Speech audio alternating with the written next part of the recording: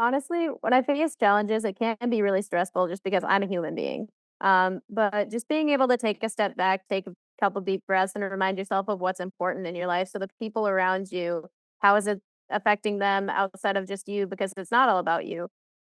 Thinking about what positive outcome this could have and how you're going to face this challenge to make it better. Because typically there's no room with every door completely closed, and if there is, there's always windows.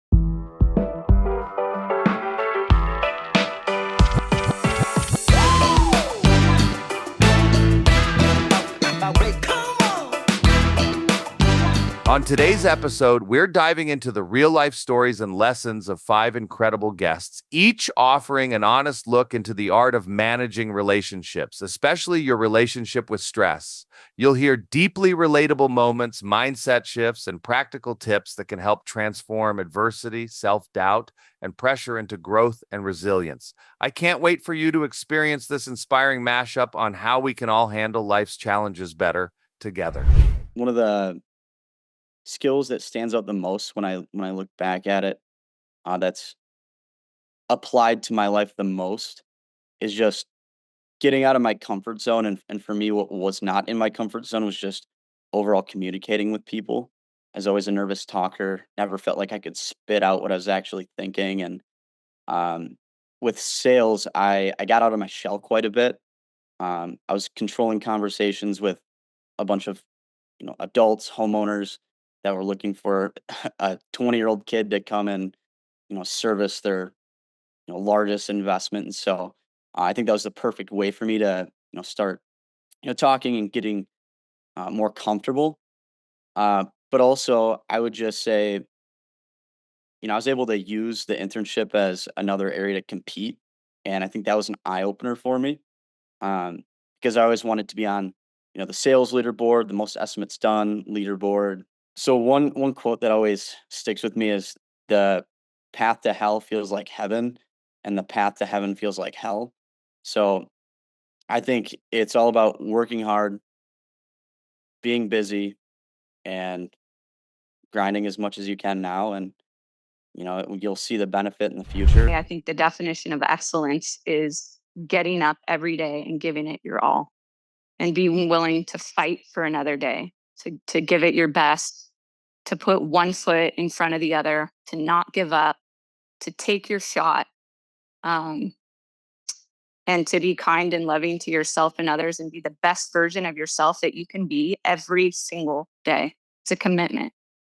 So Wow. I take it very seriously. It's been a road to kind of get where I am today. It's a constant journey forward. It's a never ending journey that we're on, continuing the excellence. There's never, in my opinion, there's never this perfection or excellence at the end of the journey. It's a constant change and evolution, hopefully for the better. And there's going to be downs and dips and frustration and worry and despair, but it's about getting back up every single time. I mean, we are so different, all of us, but I needed the message of chill out, Genevieve, slow down, take a deep breath, take the time, listen. I was Listening so to? out of What are you touch. listening to? Just that inner wisdom, that intuition. And that intuition is like, it's like a loving voice. It's a loving person that's guiding you along. So, That old wounded child voice, that hurt child so that had a lot of bad coping mechanisms. So slowing down to give yourself again that inner child. I know it sounds a little kind of woo woo, but that inner child love that maybe you didn't get, that kindness that maybe you didn't get from your mom or dad, or maybe you didn't get it from yourself or a coach. So really taking the time to turn internally and give myself those things that I felt that I really needed in my life that maybe I didn't get as a kid. And I tried not to focus on anything negative that came up. So like, oh, you're not good enough, or oh, you got to get on this podcast. You're falling. Like, nope, I'm not listening. I acknowledge, like, okay, I see it. Move on. hear Yeah, this I negative. replace it. I am capable. I am strong. I am smart. I can do these things. I've done all these things, and it's one step at a time, one goal at a time. And there's going to be times like I could come on, a podcast or speak and flop. There's been plenty of times when I've, just not felt like I did my best and oh, beat myself. I try to not beat myself up anymore. That's still a process too. But Honestly, when I face challenges, it can be really stressful just because I'm a human being. But just being able to take a step back, take a couple deep breaths, and remind yourself of what's important in your life. So the people around you, how is it affecting them outside of just you? Because it's not all about you. Thinking about what positive outcome this could have and how you're going to face this challenge to make it better. Because typically there's no room with every door completely closed, and if there is, there's always windows. Being able to get yourself out of a bad situation, but also understanding that challenges are there for a reason. It's so you can grow. And that kind of leads back to that active waiting thing that I'm sure we'll get into at some point. But just being able to accept where your life takes you, whether that's hard at the time, just realizing that it's not always going to be like that and that there's a reason for that. I think fear of staying the same is also kind of a touchy subject. So I should like preface that with fear of staying the same isn't necessarily fear of staying the same because you don't like who you are now. Fear of staying the same in the sense that you love who you are now and you know that you have a lot more potential and being able to grow on that and not wanting to plateau where you're at is the biggest thing. So just being able to look for the next step when you're satisfied with where you at or where you're at, and being able to seek out that next step when you're liking how your life is going, because the reason you like where your life is going is because you've been consistently growing. So just being able to continue to do that. And overall, just not staying the same for the sake of the fact that you don't have to and that life is constantly changing, so you shouldn't.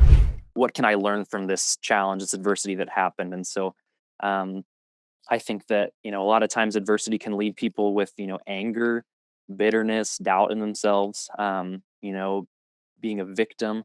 And so while those things can happen in general mourning of whatever adversity happens to you, I think that bouncing back from that and trying to figure out, what can I learn from this is big. And I think that also can help with your mental health as well. And so you know, taking that and going, what can I learn from this?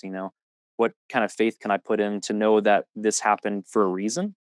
And just and bounding from there and how that's going to shape your life and give you direction on what you're going to do next. Whether you're going to take that as a positive thing, whether or not it's a good or I mean, it could be a very bad thing that happened, but I mean, just being able to bounce back from that and learn from it and let that, positively affect you going on. I had slots for literally getting a bite to eat and changing clothes to go to track practice. I mean, every 10 minutes of my day had something where I could see my phone and I could have it scheduled. And that helped to create a lot less stress in my life, because I already had it planned out in there ahead of time. And so once my phone dinged and it was time for this, that was where 100% of my effort was going into until the next thing happened. And so it helped me to not be jumping from compartment to compartment in my mind, like, oh crap, do I have a test tonight? Or, oh shoot, do I, have to call these clients? Or, when is, practice time today start? What events am I doing today?